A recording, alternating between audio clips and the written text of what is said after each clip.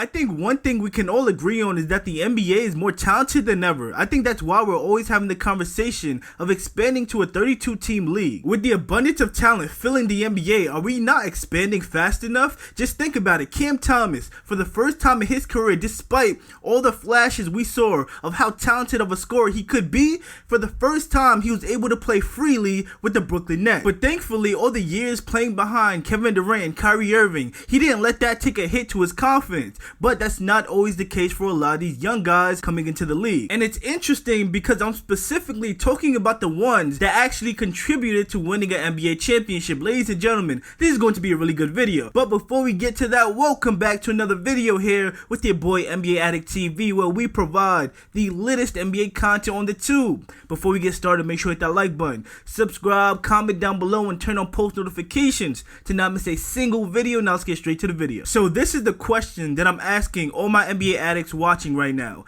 Is it dangerous to win a championship too early in your NBA career? Now, while you guys take a second to think about it, I'm going to give you a couple examples as to why I think this is the case. In 2012, the Golden State Warriors drafted Harrison Barnes with the 7th overall pick in the NBA draft. After his 2 years at UNC, he drew a lot of comparisons to a more athletic Paul Pierce or even a Glenn Rice. Now, we know NBA comparisons don't often hit, but Glenn Rice and Paul Pierce have a combined 13 All-Star appearances and 6 All-NBAs, but I bring that up to say that in Harrison Barnes' 3rd year in 2015, he shot a career-high 40% from 3 and helped the Golden State Warriors secure an NBA championship just at the age of 22. Now, although he only averaged 10 points and not so impressive shooting efficiency, being only 22 years old, he was looked at as a very important piece to complement both Steph and Clay. But the following year rolls around and being a year older did not help Harrison Barnes, neither did the playoff experience. In fact, his efficiency took a nosedive as in the playoffs, he was only finishing on 40% of his 2-pointers. That's 7% less than the year previous. Shooting 0 of 8 in Game 6 of the NBA Finals and 3 of 10 in Game 7 was where the Warriors drew the line, as he found himself in the Dallas Mavericks the following season. Then Dallas ends up giving him a max contract, 4 years for $94 million. I guess Mark Cuban's thinking was he just signed an NBA champion that may have some untapped all-star potential. Now, all respect due to Harrison Barnes, his production did go up as well as his volume of shots. But in those 2 years he was with Dallas, they were 11th in the Western Conference, and the following year they were 13th. So obviously they did not find success with Harrison Barnes as their #1 option. After landing in Sacramento, he's pretty much averaged around 12 to 16 points a game, about 5 rebounds, 2 to 3 assists if you're lucky. But putting stats aside, if you watch Harrison Barnes' game from the moment he came into the league until right now, he's been the same exact player. A guy that can hit a couple threes but isn't too reliable, someone that is capable of playing some really good defense but wouldn't lock down his opposing matchup for a full 48. He's been just average, so that makes me think, did Harrison Barnes find success too early in the league? I mean, he did win an NBA championship and he did find himself with a max contract. Finding success among your peers and getting financially rewarded for is what these NBA players strive for, right?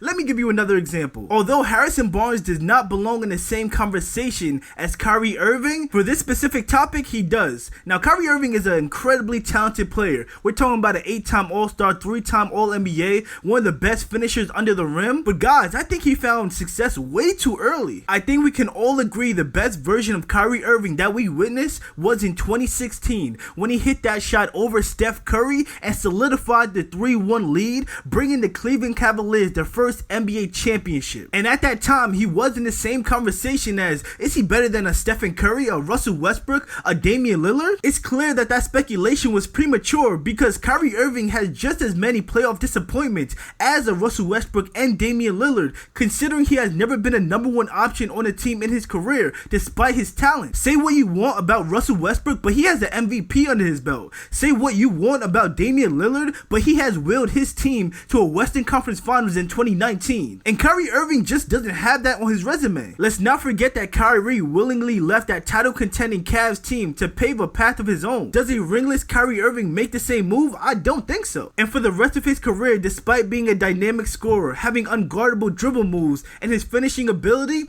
he's pretty much been the same player since 2016. He never took the next step with his scoring and averaged 30. He never took the next step with his playmaking and averaged 8 or more assists. He's pretty much been content with who he is. I mean, you're gonna give the max to a Kyrie Irving no matter what, right? Still don't believe me? Okay, let's talk about in 2019 how Pascal Siakam helped Kawhi Leonard and that Toronto Toronto Raptors team secure an NBA championship, and the following year he did take a leap in his game, no doubt, jumping from 16 points a game to 22 points a game, but he did take 7 more shots. But since that 2017 season, Pascal Siakam has only been mildly hot. I mean, he's hovered around 24 to 22 points per game, around 7 to 8 rebounds, 5 to 6 assists, on basically the same efficiency, and he's been pretty much a poor 3-point shooter his entire career. After Kawhi left, a lot of Raptors fans were hoping that Pascal Siakam would take the throne as the king of the North, but that has yet to be the case. And why I think the lack of development in his game has happened is because he is content with being the player that he is. He believes he's good enough to be a second or third option. I don't think he's looking to be a number 1 option for this Raptors team. Now, if you still don't believe me, I got 2 more, and they happen to now be on the same team.